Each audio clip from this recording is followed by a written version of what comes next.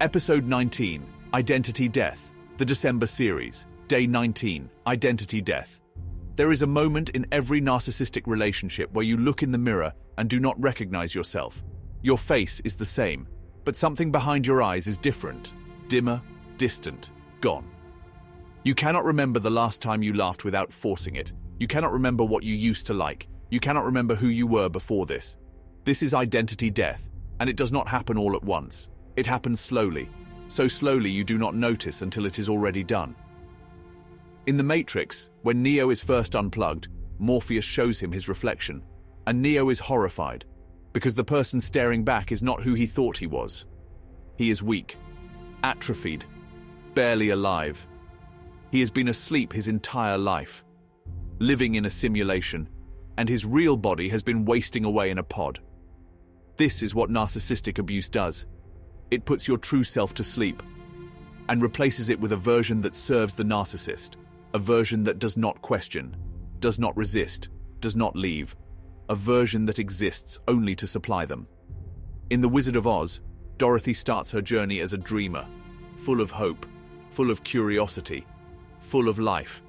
But by the time she reaches the Emerald City, something has shifted.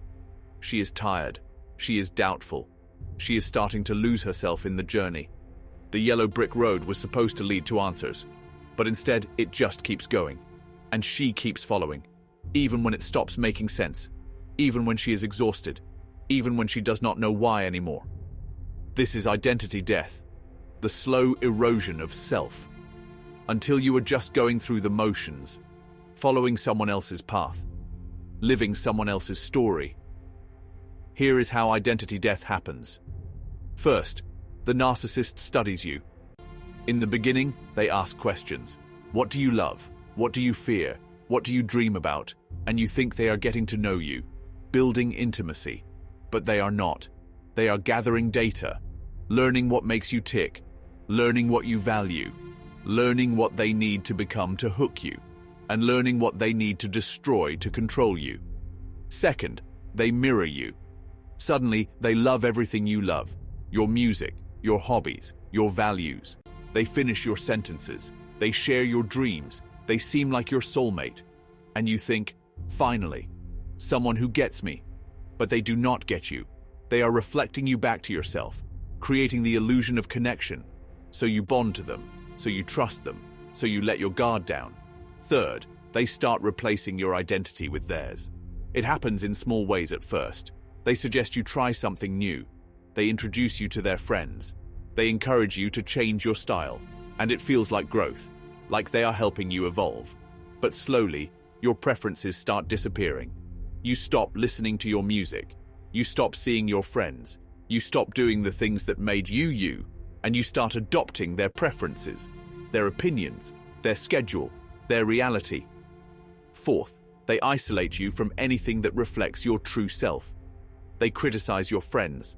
They are a bad influence. They do not really care about you. They are jealous of us. They dismiss your hobbies. That is a waste of time. You are too old for that. You should focus on more important things. They mock your dreams. That is not realistic. You are not talented enough. You are being childish. Slowly, everything that connected you to yourself is stripped away, and you are left with only them. Fifth, they rewrite your history. They tell you who you were before them.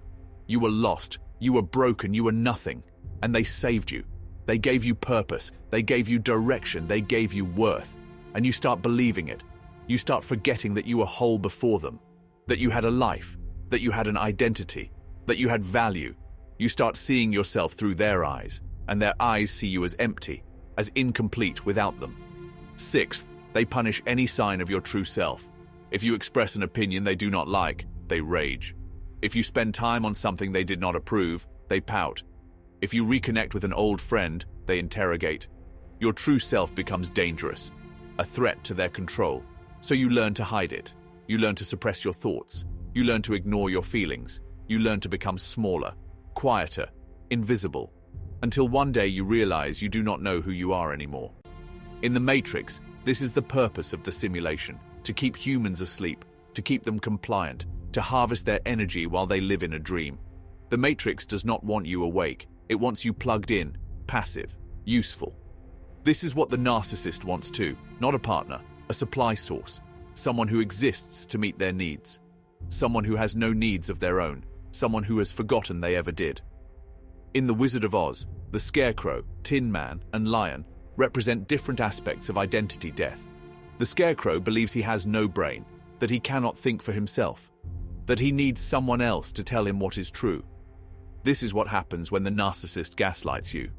You stop trusting your own mind. You stop trusting your own perception. You stop believing you are capable of understanding reality. The Tin Man believes he has no heart, that he cannot feel, that he is hollow inside. This is what happens when the narcissist devalues you. You stop feeling your own emotions. You stop connecting to your own pain. You become numb, empty, disconnected from yourself. The cowardly lion believes he has no courage, that he is weak, that he cannot survive on his own. This is what happens when the narcissist breaks you down.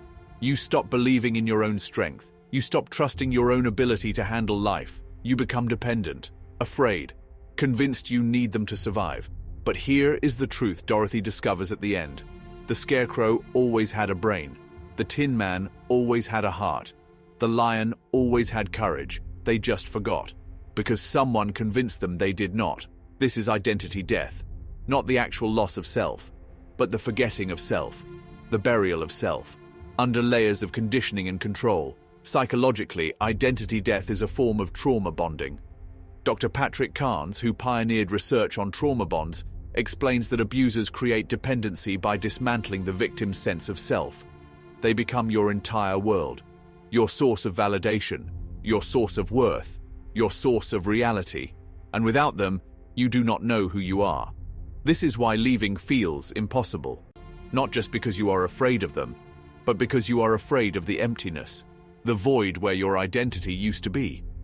You think, if I leave, who will I be? And the answer feels like nothing, but that is the lie. You are not nothing, you are buried, and burial is not death, it is waiting. Spiritually, this mirrors the concept of dying to self, but in a twisted, counterfeit way. In Galatians chapter 2, verse 20, Paul writes, "I have been crucified with Christ, and I no longer live, but Christ lives in me." This is a willing surrender of ego, a choice to align with something greater, a transformation that brings life. But identity death in narcissistic abuse is not transformation. It is annihilation. It is not dying to selfishness. It is dying to selfhood. It is not surrender to God.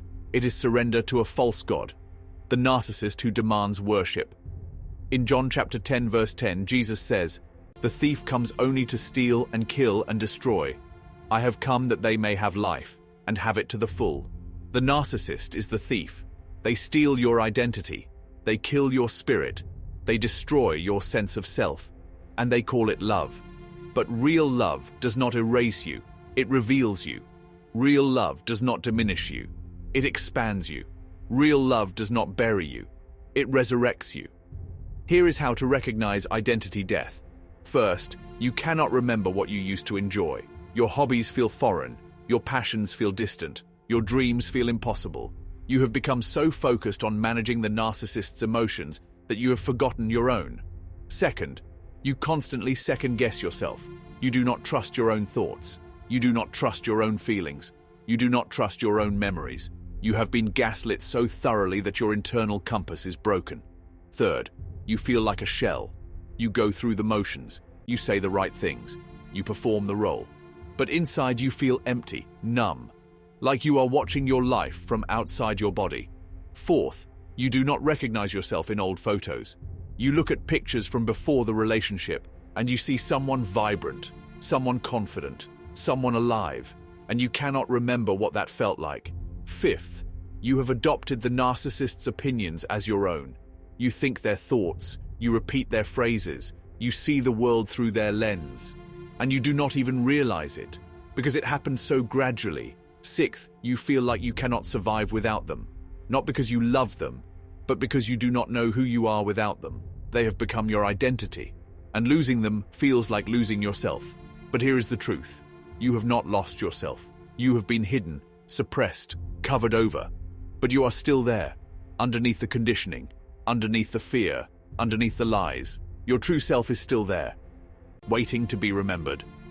In The Matrix, Neo's awakening does not create a new person. It reveals who he always was, the one. He just had to remember. In The Wizard of Oz, Dorothy does not become someone new at the end. She returns to who she always was, a girl who had the power all along. She just had to believe it. This is your journey too. Identity death is not permanent. It is a spell, an illusion, a lie you were told so many times you started believing it. But you can break it. You can remember. You can come back, not to who you were before the narcissist, but to who you were always meant to be, the version of you that was never theirs to take. Tomorrow, we will talk about why narcissists target empaths, and why your empathy is not a weakness. It is a superpower they could never possess. Episode 19 complete. The identity death theme woven through both Matrix and Oz metaphors. Ready for episode 20 whenever you are.